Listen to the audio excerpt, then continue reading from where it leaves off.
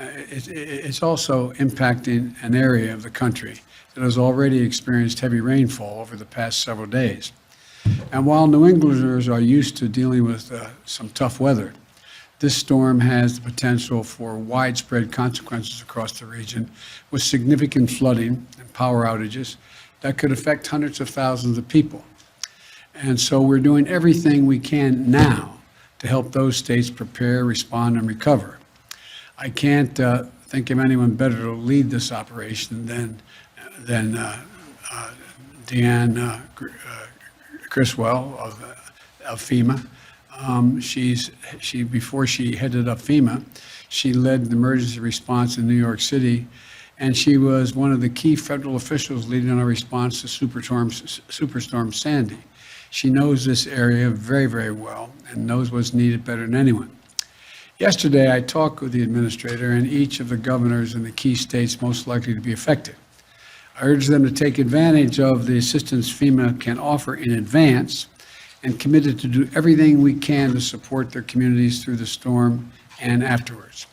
FEMA has already pre-positioned resources in the region to speed our ability to respond, including food, water, and life-saving communications equipment, as well as generators. In close cooperation with the electrical sector, preparations are in place to address significant power outages, and resources and supports is staged at the edge of this storm to be able to move quickly in to help. Thousands of additional line crews and vegetation clearing crews from other states and from Canada are already heading toward the impacted states in New England, ready to serve and move in as soon as is feasible.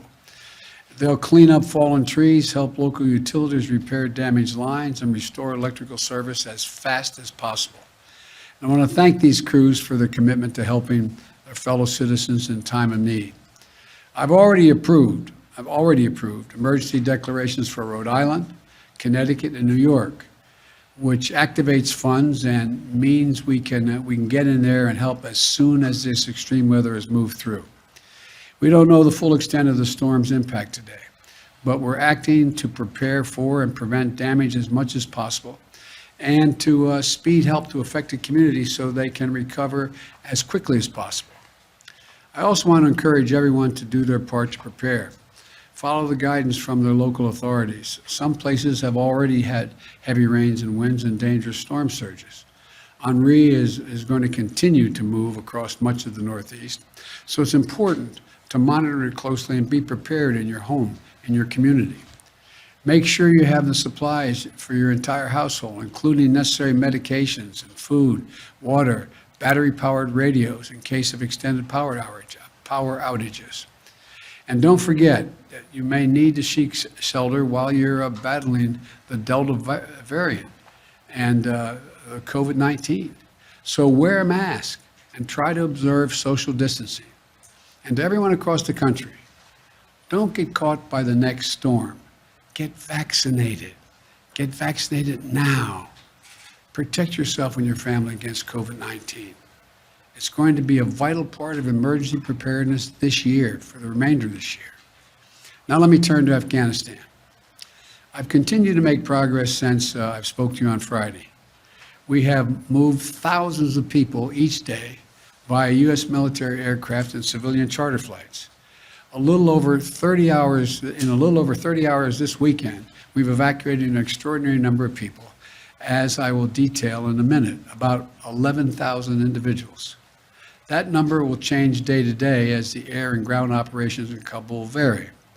Our first priority in Kabul is getting American citizens out of the country as quickly and as safely as possible. At my direction, the State Department continues to reach out to the remaining Americans we have identified by phone, email, and other means to ascertain their whereabouts and their plans. We're executing a plan to move groups of these Americans to safety and to safely and effectively move them to the airport compound. For security reasons, I'm not going to go into the detail of what these plans entail, but I will say again today that I have said before, any American who wants to get home will get home. We've also been evacuating the citizens of our NATO allies and our partners, including their diplomats, their embassy staff, who remain in Afghanistan and to get them back to their homes as well. And as we do this, we're also working to move our Afghan allies who stood with us side by side and other vulnerable Afghans, such as women leaders and journalists, out of the country. As of this morning, we have evacuated nearly 28,000 people since August the 14th on both U.S. and coalition aircraft, including civilian charters, bringing the total number of people we've evacuated since July to approximately 33,000 persons. In one 24-hour period this weekend, 23 U.S. military flights, including 14 C-17s, 9 C-130 flights, left Kabul carrying 3,900 passengers. We see no reason why this tempo will not be kept up. During the same period, our military facilitated another 35 charter flights, carrying an additional 4,000 evacuees to other countries that are taking them out. Altogether, we lifted approximately 11,000 people out of Kabul in less than 36 hours. It's an incredible operation. Let me be clear. The evacuation of thousands of people from Kabul is going to be hard and painful, no matter when it started, when we began. It would have been true if we had started a month ago or a month from now. There is no way to evacuate this many people without pain and loss of heartbreaking images you see on television. It's just a fact. My heart aches for those people you see. We are proving that we can move those thousands of people a day out of Kabul. We're bringing our citizens, NATO allies, Afghanis who in fact has helped us in the war effort, but we have a long way to go, and a lot could still go wrong. But to move out 30,000 people in just over a week, that's a great testament to the men and women on the ground in Kabul and our armed services. It also reflects a tireless diplomatic effort. In order to keep a steady flow of planes taking off from Kabul and maximize our evacuation capacity, we have quickly stood up an unprecedented global effort and established a series of processing stations in third countries. In short, we're not flying them directly to their country, we're flying to these processing stations, where we're working with more than 24 countries across 4 continents. We've secured agreements with across the Gulf, in Central Asia, and in Europe, including processing centers in Qatar, Germany, Kuwait, Spain, and elsewhere. It allows us to sort and process these evacuees. These transit centers provide a safe place for the SIV applicants and other vulnerable Afghanis and their families to complete their paperwork while we conduct security screenings and background checks before they continue on to their final destination in the United States or in another country, one of our NATO allies as well. And so from Asia to Africa, from Europe to the Western Hemisphere, nations are making generous offers to support resettlement efforts. And I've been in personal contact with the leaders of many countries, including Qatar, Germany, Spain, Italy, the UAE, and others. They're making vital contributions. To thank them for their support and to discuss how we can continue to coordinate our efforts in Afghanistan moving forward is the reason why I continue in contact with them. And I want to again thank all of our partners for their continuing to stand together. We've also activated the first stage of what's referred to as the Civil Reserve Air Fleet to help with the onward movement of evacuees from these transit centers. Our military aircraft and others will get them to these centers, but then we're going to get the Civil Reserve Fleet. It's a program was designed in the wake of the Berlin airlift after World War II to use commercial aircraft to augment our airlift capacity. This is a voluntary program for our commercial airlines, and we're grateful for those airlines and the U.S. carriers who are supporting us. This effort will only use 3 or 4 planes from each of the major carriers, vast fleets of aircraft, so there should be no effect or a minimal effect on commercial air travel, and we'll stay in close coordination with our partners to mitigate any impact. These Civil Reserve flights will be helping facilitate the safe movement of people from staging locations and transit centers like Qatar or Germany to the United States or to a third country. None of them will be landing in Kabul. Now, the American aircraft that part of this will not be going to any country but the United States. As this effort unfolds, I want to be clear about three things. One, planes taking off from Kabul are not flying directly to the United States. They're landing at U.S. military bases and transit centers around the world. Number two, at these sites where they're landing, we are conducting thorough scrutiny, security screening for everyone who is not a U.S. citizen or a lawful permanent resident. Anyone arriving in the United States will have undergone a background check. Number three, once screened and cleared, we will welcome these Afghans who helped us in the war effort over the last 20 years to their new home in the United States of America, because that's who we are. That's what America is. You know, I've been touched by the outpouring of support that we've seen from communities, organizations across America mobilizing to support these efforts. So many of these Afghans stood bravely by U.S. troops in Afghanistan. And now, the United States, including veterans groups, refugee settlement agencies, religious organizations, and so many others, are standing with our Afghan allies. It exemplifies the best of America. And I want to say again, just how difficult this mission is and how dangerous the dangers it poses to our troops on the ground. The security environment is changing rapidly. There are civilians crowded at the airport, although we've cleared thousands of them. We know that terrorists may seek to exploit the situation and target innocent Afghans or American troops. They're maintaining constant vigilance we're maintaining the constant vigilance to monitor and disrupt threats from any source, including the likely source being ISIS-K, the Afghan affiliate referred to as ISIS-K. But we're under no illusions about the threat. I said on Friday, ISIS-K is a sworn enemy of the Taliban, and they have a history of fighting one another. But every day we have troops on the ground. These troops and innocent civilians at the airport face the risk of attack from ISIS-K from a distance, even though we're moving back the perimeter significantly. We're working hard and as fast as we can to get people out. That's our mission. That's our goal. And our determination to get every American citizen home and to evacuate our Afghan allies is unwavering. We continue to see not only the enormous scope and scale of the effort, we will see the individual lives that are affected, the families that are desperate to get home to their loved ones in America, the communities of veterans who have mobilized to try to help their former interpreters get to safety, the frightened Afghans who aren't sure what to do. To state the obvious, it's heartbreaking. We're all seeing it. We see it, we feel it. You can't look at it and not feel it. Nothing about this effort is easy, but the women and men of the United States Armed Forces are acting bravely and with professionalism and with a basic human compassion.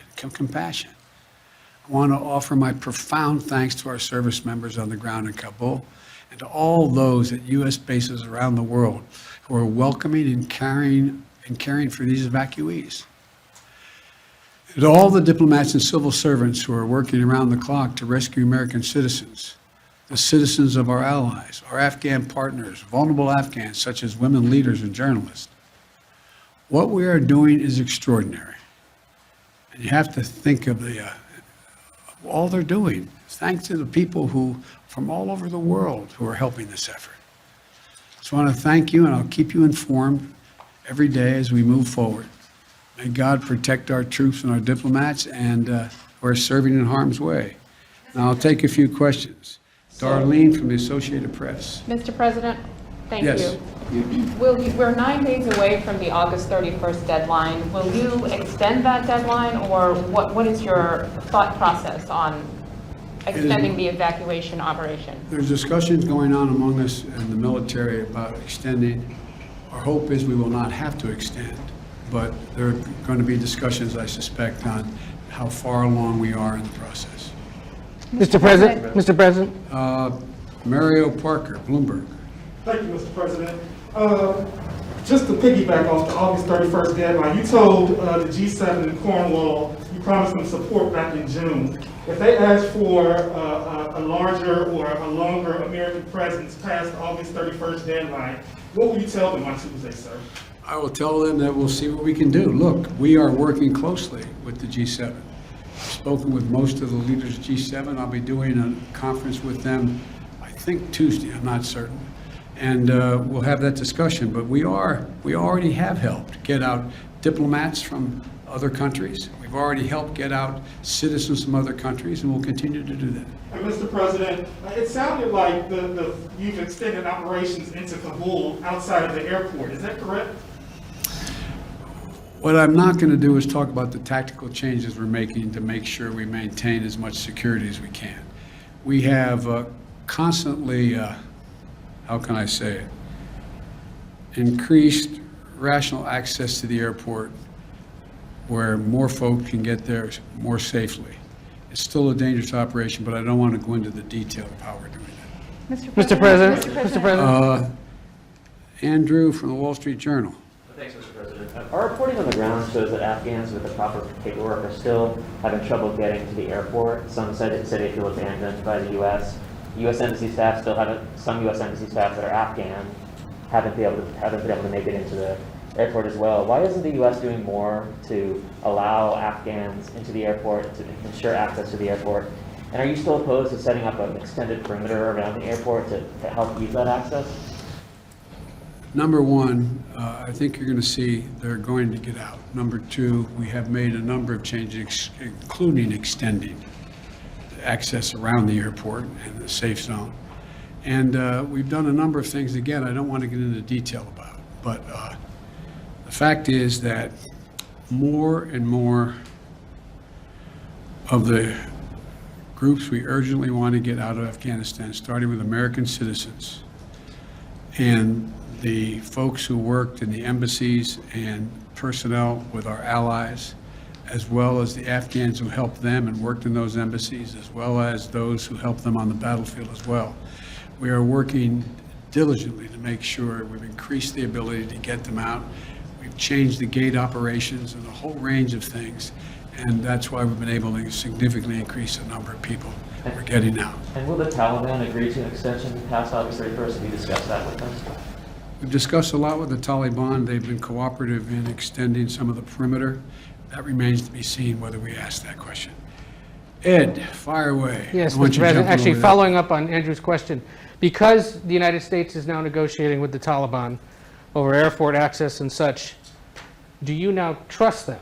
And then a question on the public response. A new poll out today shows Americans wanted to withdraw from Afghanistan, but they disapprove of the way you've handled it. Poll also found that based in part on what's transpired in the last week, a majority of Americans, and forgive me, I'm just the messenger, no longer consider you to be competent, focused, or effective in the job. I haven't seen that poll. It's out there from CBS this morning. What would you say to those Americans who no longer believe that you're up to the job? I had a basic decision to make. I either withdraw America from a 20-year war that, depending on whose analysis you accept, cost us $150 million a day for 20 years or $300 million a day for 20 years. Who, and you know I carry this card with me every day, and who, in fact, where we lost 2,448 Americans dead and 20,722 wounded. Either increase the number of forces we keep there and keep that going, or I end the war. And I decided to end the war. As I said the other day, you know, the only reason we're in Afghanistan is this is the place from which bin Laden attacked the United States of America. Had this been in another Middle Eastern country where he could have easily have moved from, we would have never gone to Afghanistan. So the question is, when is the right time to leave? Where are our national interests? Where do they lie? And the idea that we are in a situation where we can not recognize that terrorism has metastasized around the world, and the need for us to focus on other parts of the world which create an even greater danger of an al-Qaeda-like operation beginning can't be ignored. And we are, as you well know, because you follow this, we are a number of places where we're doing that without permanent basing American forces there. So I think when this is over, the American people have a clear understanding of what I did, why we did it, and, but look, that's the job. My job is to make judgments. My job is to make judgments no one else can or will make. I made them. I'm convinced I'm absolutely correct in not deciding to send more young women and men to war for a war that in fact is no longer warranted. On the question of the Taliban, though, do you trust them now that you have to negotiate with them? I don't trust anybody, including you. I love you. But, you know, there's not a lot of people I trust to. Look, the Taliban has Taliban has to make a fundamental decision. Is the Taliban going to attempt to be able to unite and provide for the well-being of the people of Afghanistan, which no one group has ever done since before, dealing for hundreds of years? And if it does, it's going to need everything from additional help in terms of economic assistance, trade, and a whole range of things.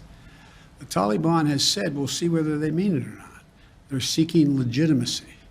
They're seeking legitimacy to determine whether or not they will be recognized by other countries. They have told other countries as well as us, they don't want us to move our diplomatic presence completely. But so all of this is all just talk now. All just talk now. And so far, the Taliban has not taken action against U.S. forces. So far, they have, by and large, followed through on what they said in terms of allowing Americans to pass through and the like. And I'm sure they don't control all of their forces. It's a ragtag force. And so we'll see. We'll see whether or not what they say turns out to be true. But the bottom line is this, folks. Look, at the end of the day, if we didn't leave Afghanistan now, when do we leave? Another 10 years? Another 5 years? Another year? I'm not about to send your son or your daughter to fight in Afghanistan.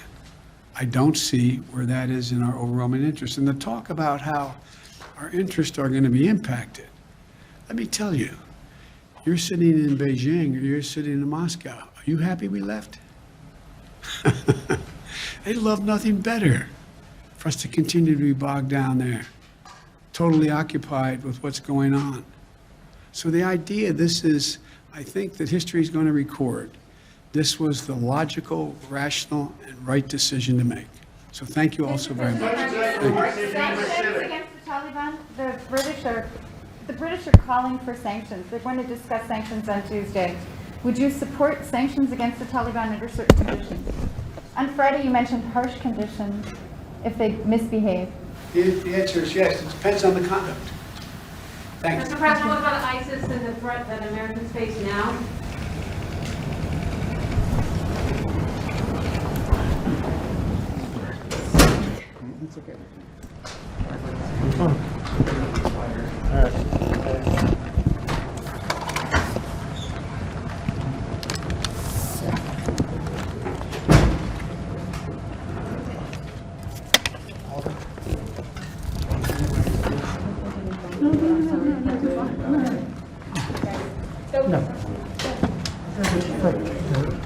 The sound when I get voted.